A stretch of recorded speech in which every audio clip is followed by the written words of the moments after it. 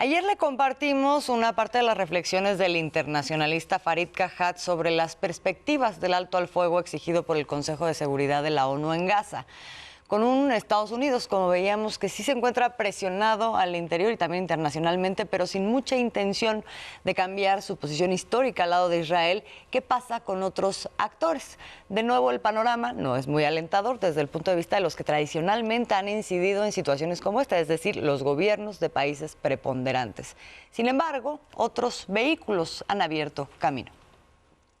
A ver, en el mundo árabe el problema obvio es que no existen democracias. Y en ese sentido, si bien uno tiene una opinión pública que a juzgar por las encuestas tiene amplias simpatías por la causa palestina, eso no se expresa en decisiones gubernamentales. Tal vez algunos gobiernos que tienen relaciones diplomáticas con Israel retiren embajador o algo así, cosa que ni siquiera han hecho hasta ahora. O sea, es impresionante. Por ejemplo, que en el caso de Bahrein esté enviando buques de guerra para contener los ataques de los hutíes de Yemen contra barcos en el Mar Rojo, pero no mueva un dedo digamos, apoyar, por evitar un genocidio en Gaza, siendo un país que tiene relaciones y que yo sepa ni siquiera ha retirado su embajador. De los gobiernos árabes no esperaría gran cosa. La Unión Europea va a depender de los gobiernos a los que nos refiramos. Lamentablemente, hay un auge de la derecha radical que paradójicamente puede ser antisemita, pero es pro-israelí por diversos motivos. Uno primero es que es, digamos, contraria a la inmigración de personas provenientes de países de mayoría musulmana, considera el yihadismo un enemigo global, Israel también hace lo mismo, y además ven en Israel un caso, en los casos más extremos, de supremacismo étnico similar al que ellos plantean. La paradoja es aquí que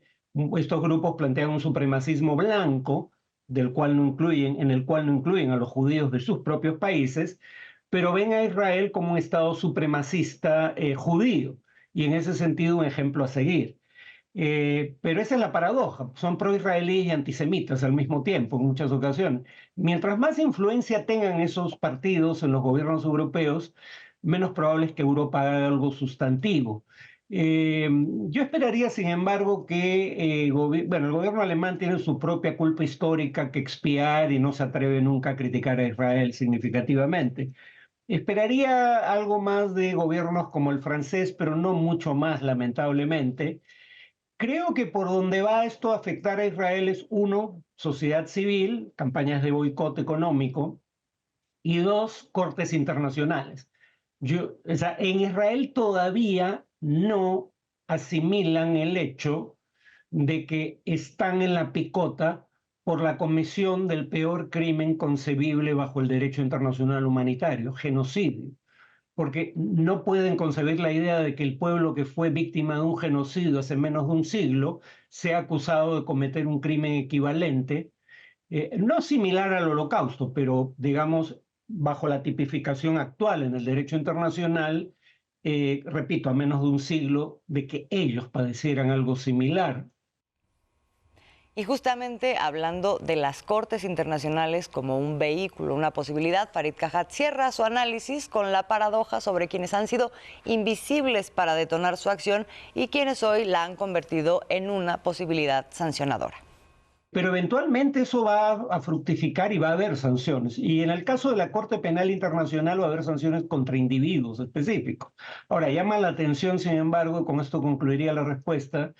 de que la Corte Penal Internacional ya haya emitido dos órdenes de detención y de extradición contra el propio presidente ruso, Vladimir Putin, y contra miembros de sus Fuerzas Armadas por acciones que se iniciaron en 2022 y no haya nada equivalente contra Israel por acciones que se vienen llevando a cabo desde hace más de medio siglo.